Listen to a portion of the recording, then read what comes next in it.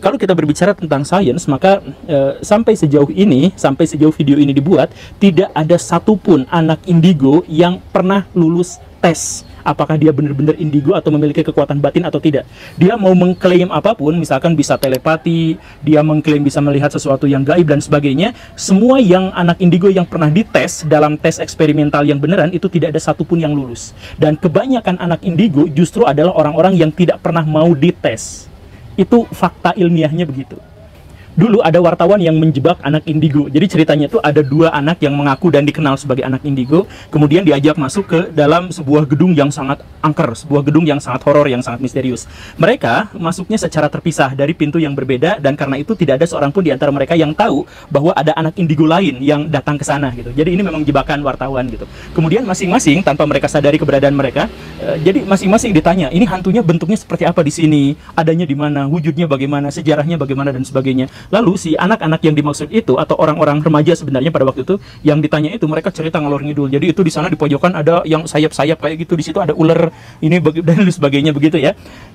Uniknya adalah jawaban dari dua anak indigo yang dimaksud itu, yang mereka tidak sadar satu sama lain keberadaannya itu sama sekali berlainan. Tidak ada satupun di antara mereka yang mendeskripsikan satu fakta yang atau satu fenomena yang sama. Semuanya beda-beda. Jadi kalau memang benar-benar mereka bisa melihat sesuatu dan itu benar, maka nggak mungkin mereka pernyataannya beda-beda kan. Dan yang lebih ngeselinnya lagi adalah mereka ditanya, apakah di sekitar sini ada orang-orang juga yang sangat indigo atau yang memiliki kemampuan seperti itu? Oh, tidak ada di sini, tidak ada yang seperti itu, padahal ada di situ gitu ya. Jadi kalau mereka tidak tahu bahwa mereka dijebak, dan kalau mereka tidak tahu bahwa mereka sebenarnya ada kawannya sesama anak indigo, maka seharusnya mereka juga tidak mungkin bisa mengetahui fenomena-fenomena astral, kan begitu. Tetapi pada faktanya mereka terjebak, mereka tidak tahu apa-apa, tapi mereka menceritakan bahwa di sini ada itu, di sini ada ini dan sebagainya. Itu kan sebenarnya hasil penelitian yang membuktikan bahwa sampai sejauh itu anak indigo itu tidak bisa dikonfirmasi kebenaran klaimnya. Begitu. Atau kalau misalkan kita masuk ke Indonesia, ke negara kita, ada seorang komedian yang pernah melakukan ngeprank gitu ya. Jadi ada seorang yang dikenal sebagai paranormal sakti, orang indigo dan lain sebagainya. Nah, kemudian Bang Komeng ini dia menguntit orang yang dimaksud itu. Setelah ada di satu tempat, kemudian mengutus salah satu ajudannya untuk datang dan pura-pura kesurupan. Lalu si ajudan melakukan tugasnya dengan baik dan berakting dengan sangat baik. Datang ke orang yang tadi katanya memiliki kemampuan indigo itu, kemudian di situ pura-pura kesurupan, dan orang yang indigo itu langsung kelabakan dan mengeluarkan jurus-jurus ini apa dan sebagainya gitu. Itu Komeng itu di dalam mobil sambil ngamera itu ketawa-ketawa aja ngelihat kondisi yang seperti itu. Jadi dalam hal itu pun komedian Komeng itu membuktikan bahwa apa yang dikira orang sebagai memiliki kemampuan gaib dan sebagainya, pada bagian itu, entah pada bagian yang lain ya, tapi pada bagian itu kemakan hoax. Maka yang saya bilang tadi itu, sejauh ini sains mengkonfirmasi bahwa yang dimaksud dengan indigo children dan lain sebagainya itu adalah bohong. Tapi apa tujuan baiknya? Kenapa dia dimunculkan? Kenapa saya bilang di awal tadi itu intro bahwa anak indigo itu sebenarnya dimunculkan sebagai upaya untuk menghasilkan satu tujuan yang mulia. Apa tujuan mulia yang dimaksud? Jadi gini Mbak Raya, saya itu kan guru, dan karena itu saya sering kali melakukan penelitian kecil-kecilan terhadap anak-anak saya. Jadi anak-anak murid saya itu dijadikan bahan penelitian tanpa mereka sadar gitu ya. Tapi bukan penelitian kayak gimana gitu, ini kecil-kecilan aja. Dan termasuk tentang anak indigo ini, saya setiap angkatan itu bikin penelitian semacam ini. Jadi saya di kelas datang, kemudian saya mulai bercerita tentang hal-hal yang gaib dan hal yang semacam itu. Kemudian dengan berbagai cara saya memancing siapapun di antara mereka untuk mengaku.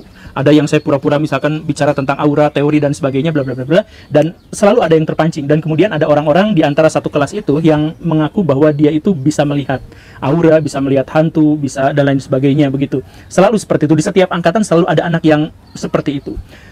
Tetapi kemudian ketika saya telusur, mereka selalu memiliki ciri yang sama, yaitu apa? Anak-anak yang mengaku bahwa mereka itu indigo atau bisa melihat sesuatu yang gaib dan sebagainya, itu adalah anak-anak yang seringkali gagal membangun relasi dengan teman-temannya, adalah anak-anak yang kurang bisa bergaul dengan teman-temannya, adalah anak-anak yang sering membangun kesalahpahaman dengan teman-teman dan keluarganya.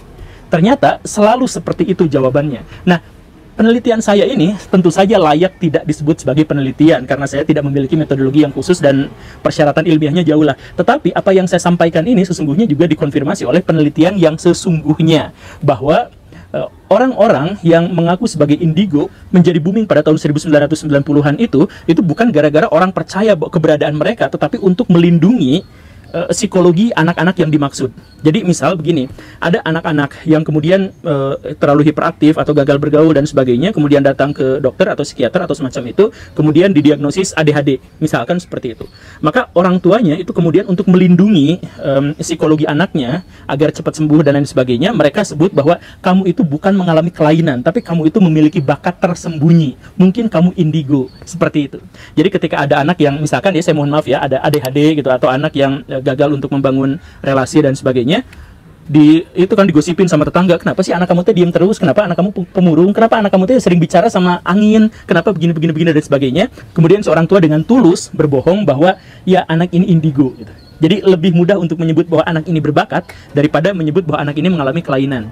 Jadi kalau misalkan sekarang ada klaim anak indigo dan sebagainya, ya silahkan saja, santaikan saja, ya adaptasikan aja, karena bagaimanapun itu adalah upaya untuk melindungi psikologi dari anak seperti itu, dari pembulian atau dari tuduhan yang berlebihan terkait dengan, tanda kutip ya, saya mohon maaf, kelainan atau kegagalan dia dalam membangun relasi dengan teman-temannya. Yang kemudian meresahkan itu adalah bahwa anak-anak indigo itu sebenarnya digunakan atau dieksploitasi untuk mendapatkan keuntungan yang sebesar-besarnya. Mereka menciptakan rekayasa, mereka membuat kebohongan publik, tapi dari situ mereka mendapatkan untung ratusan juta sampai miliaran rupiah.